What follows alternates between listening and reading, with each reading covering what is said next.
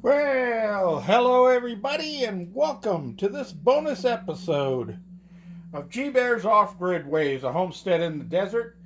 And today it's going to be cooking with Bear.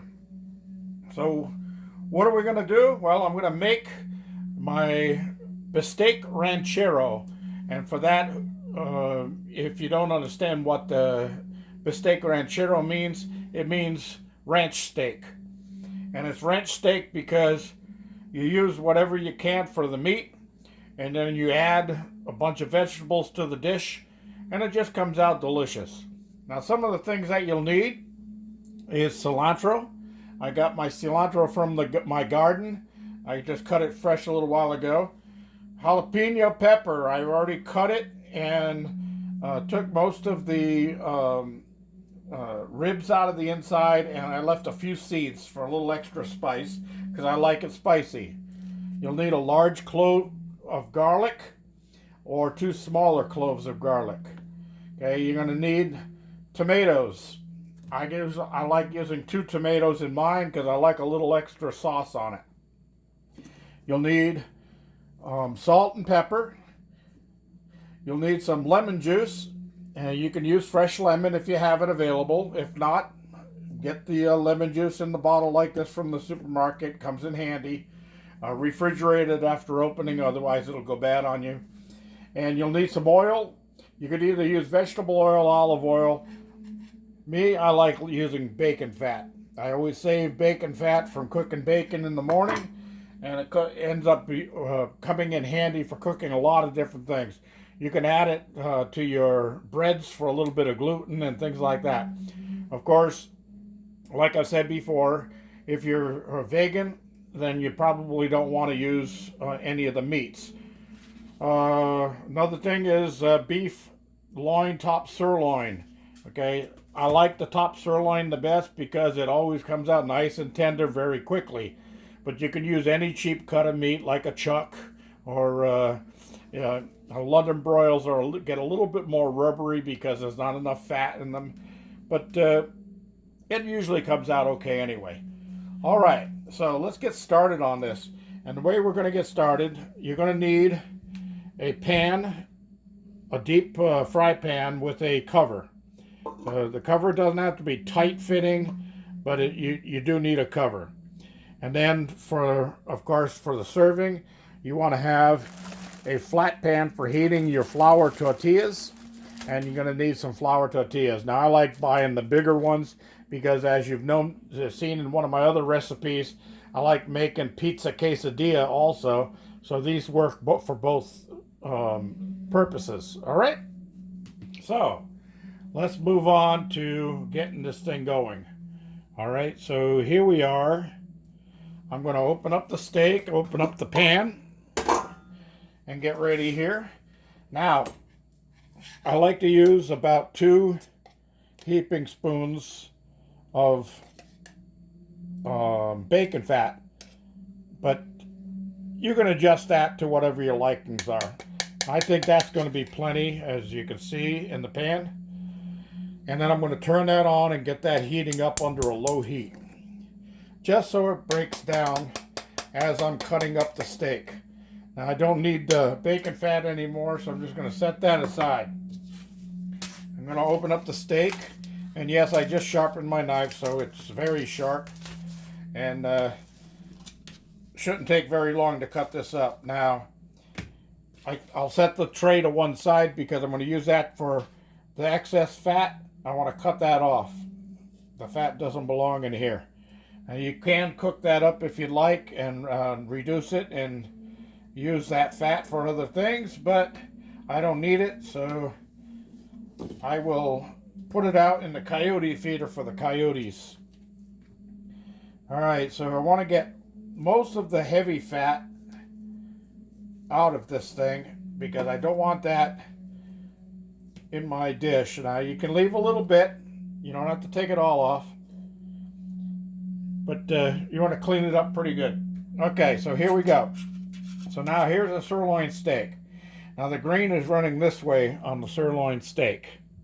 Okay, so I want to cut on a diagonal across the grain. So I'm going to take the pointed end of the sirloin steak and turn it just kind of on a 45-degree angle for me, and then I'm going to start slicing into about 3/8 inch strips.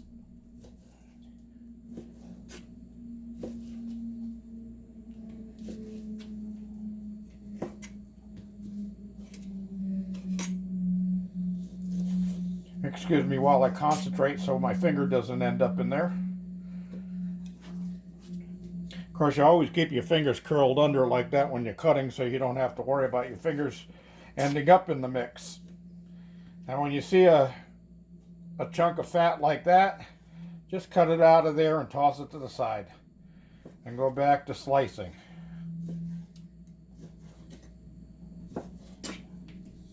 Now this is just a little under 1 pound sirloin steak, and this will make, depending on your appetite, this will make anywhere from 1 to 3 servings. But you don't have to eat it all in one, because it will, you can put it into a plastic container and put it in the refrigerator, and it'll stay in there for a couple of days. I wouldn't go more than 4 days in the refrigerator, and you can have it for a second meal.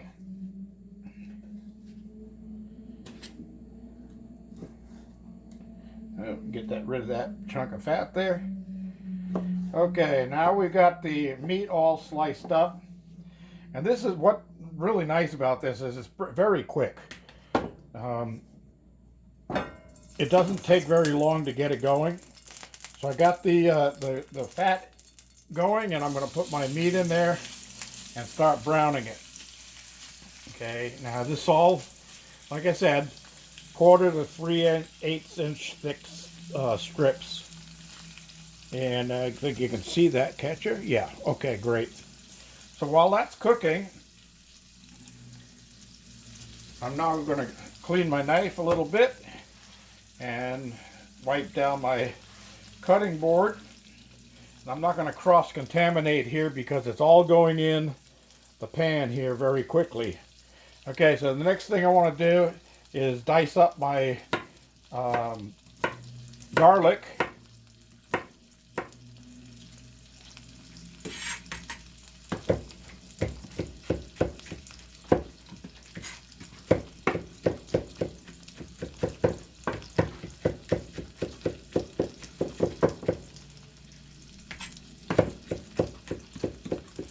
And now you're going to raise the heat at this point to medium low. Okay, so I want to get that meat browned now. So it's very, like I said, this is a very quick meal. It doesn't take a lot of time to prepare.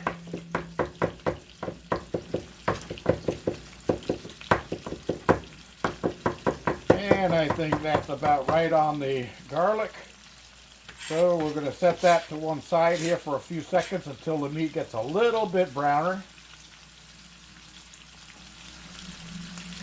And I'll get my favorite little wooden spoon out, so I'm ready to stir up that meat as soon as it starts cooking a little bit better.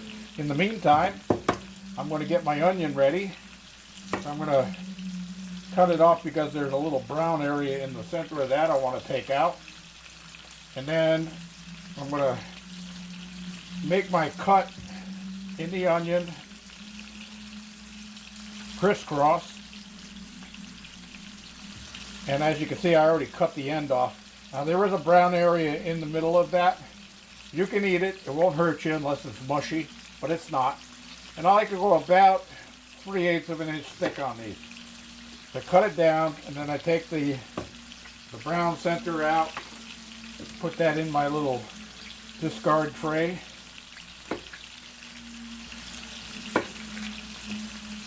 I take my second cut.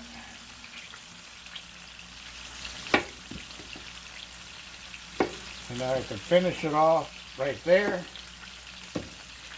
Take any of that brown center out. And I like using white onion. You can use brown onion. You can use green onion. You can use any onion you want. You just want to use onion. All right. So I got that all cut up and ready. And I got the brown centers out of the mix here. And as you can see, the meat is just starting to brown nicely now. I'm going to stir that around. And just about as you start to see the most of the red disappear, that's when the garlic goes in.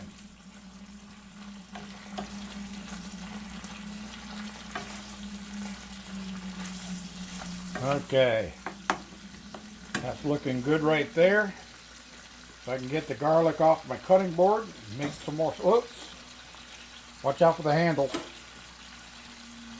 And I just clean the stove too. I hate when that happens. Anyway, I'll clean it after I'm done cooking. But I got all the garlic into place. Stir that into the mix.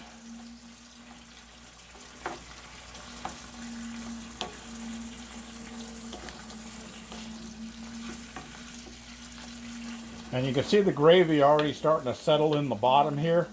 It's already a nice light brown color. Okay, so now that's signaling to me that it's time to cut some tomato. Alright, so we're going to get our tomato diced up here.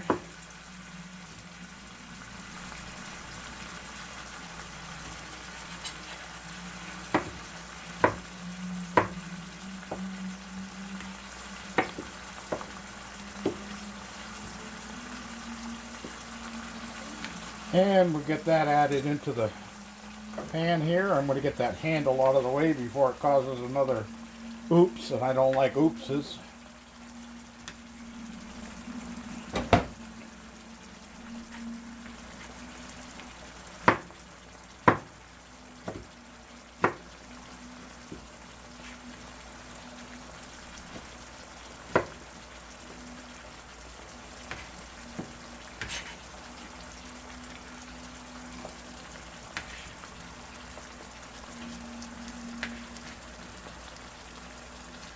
Okay, that's the first tomato in. And I'm going to stir that in and get it mixed in with the meat. The meat is already browned at this point. And it's starting to smell good in here with that garlic and the tomato starting to mix into the mix. Okay, so now you notice the tomatoes have cooled down just a little bit. So it'll come right back up while I'm cutting the next tomato.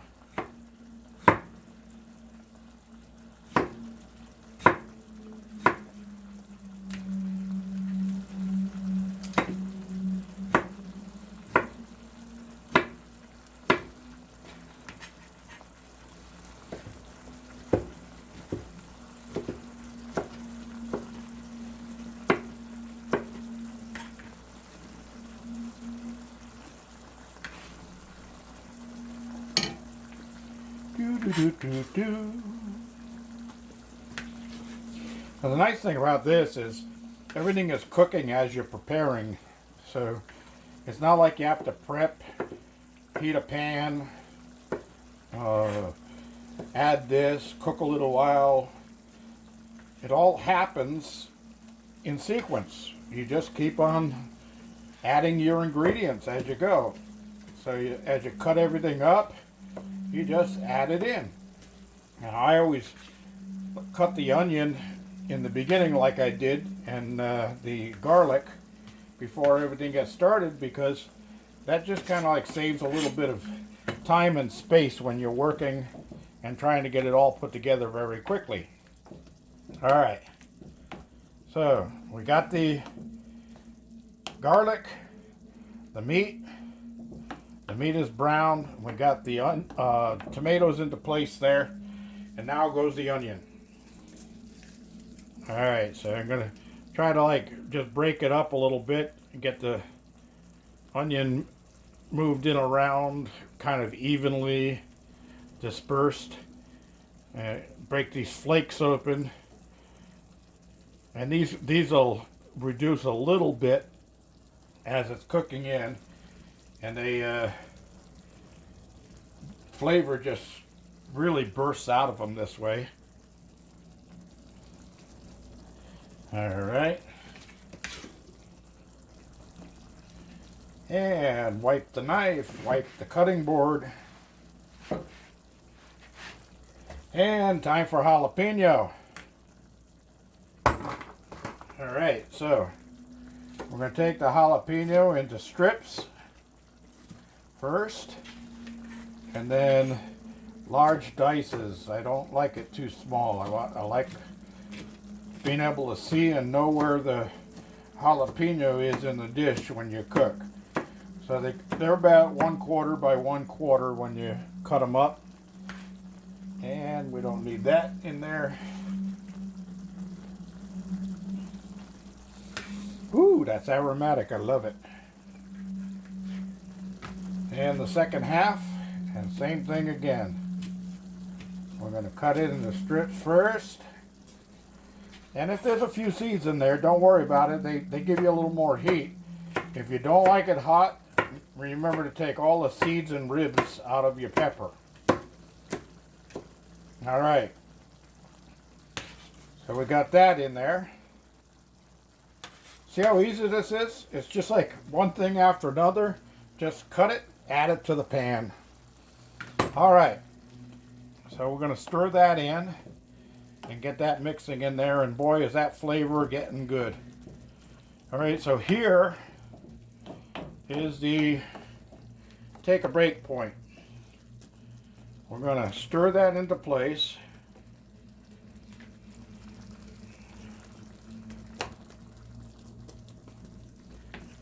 And we're going to add a pinch of salt.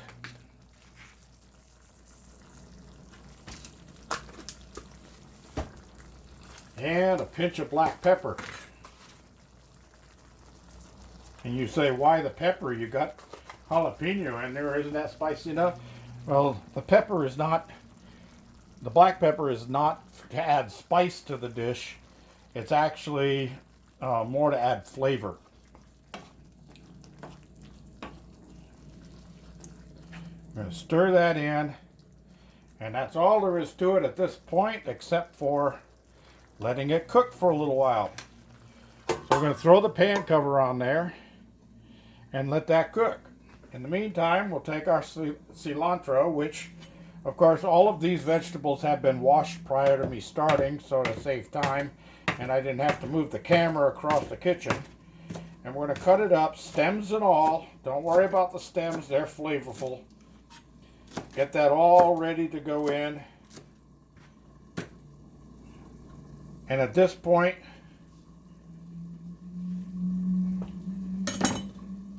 you're ready to rest for a few minutes. Now, without making this video run forever and ever and ever, because you're watching me stand around waiting for it, I'm going to step behind here, have a nice sip of cold beer, which is sitting on the table behind me. And about that time, I can come back and throw the cilantro in. And then I'm going to heat my other pan up and get that ready to start heating some flour tortillas. So we'll be back in a second.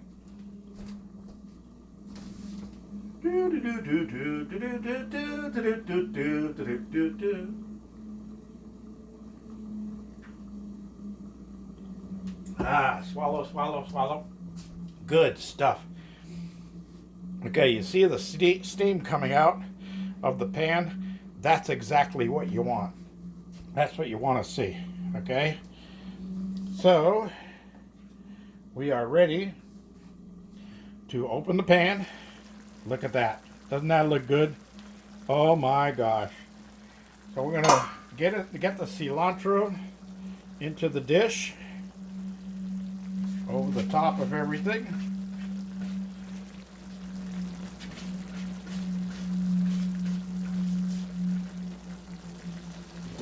And I'm going to use my special spatula.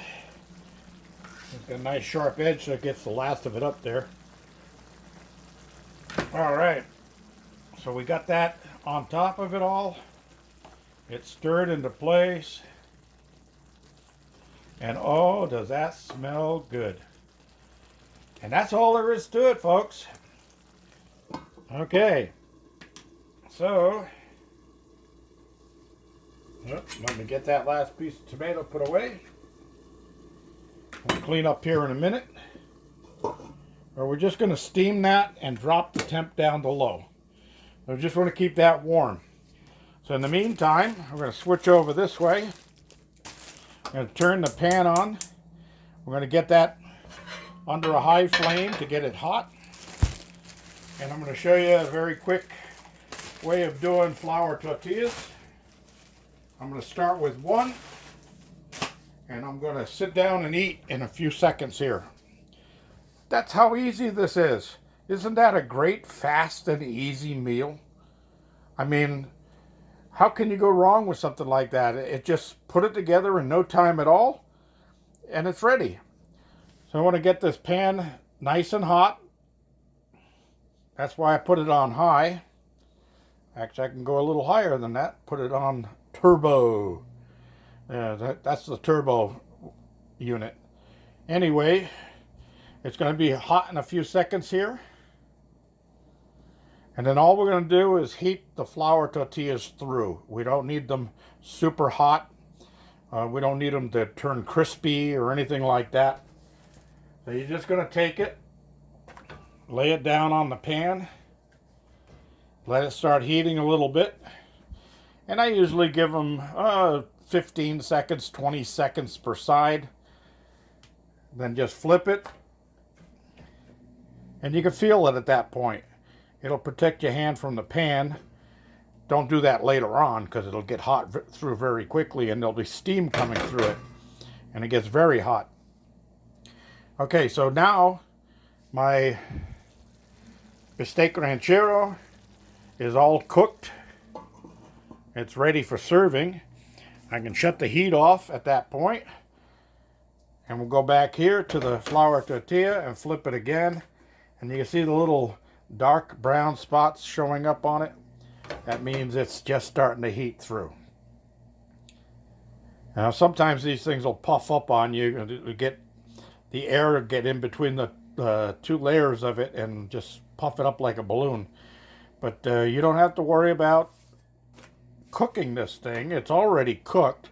All you want to do is get it hot, moist, and tender so it's easy to eat along with your dish. So I'm going to get my plate ready here. And I'm using paper plates because that saves water. When you're off grid, water is very expensive. It's like gold. So you don't waste it if you don't have to. So I buy the paper plates when they're on sale, and I'll have paper plates for 2 or 3 meals like breakfast. I just wipe out the plate with my napkin when I'm done eating, and it's ready to go for lunch. And then I have just a sandwich on it for lunch, and I wipe it out, and it's ready to go for dinner.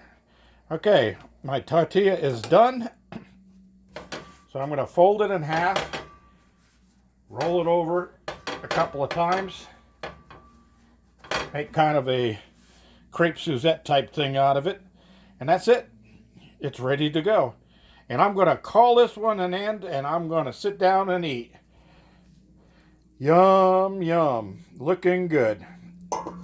Thanks for watching, everybody. This is G-Bear reminding you, give me a thumbs up down there. Don't forget to subscribe and get that cilantro off my finger. Hey, I had cilantro on my finger. Anyway, don't forget to save. Do all those things down there. And if you have questions or comments, leave them below. I'll be glad to answer. G-Bear signing off.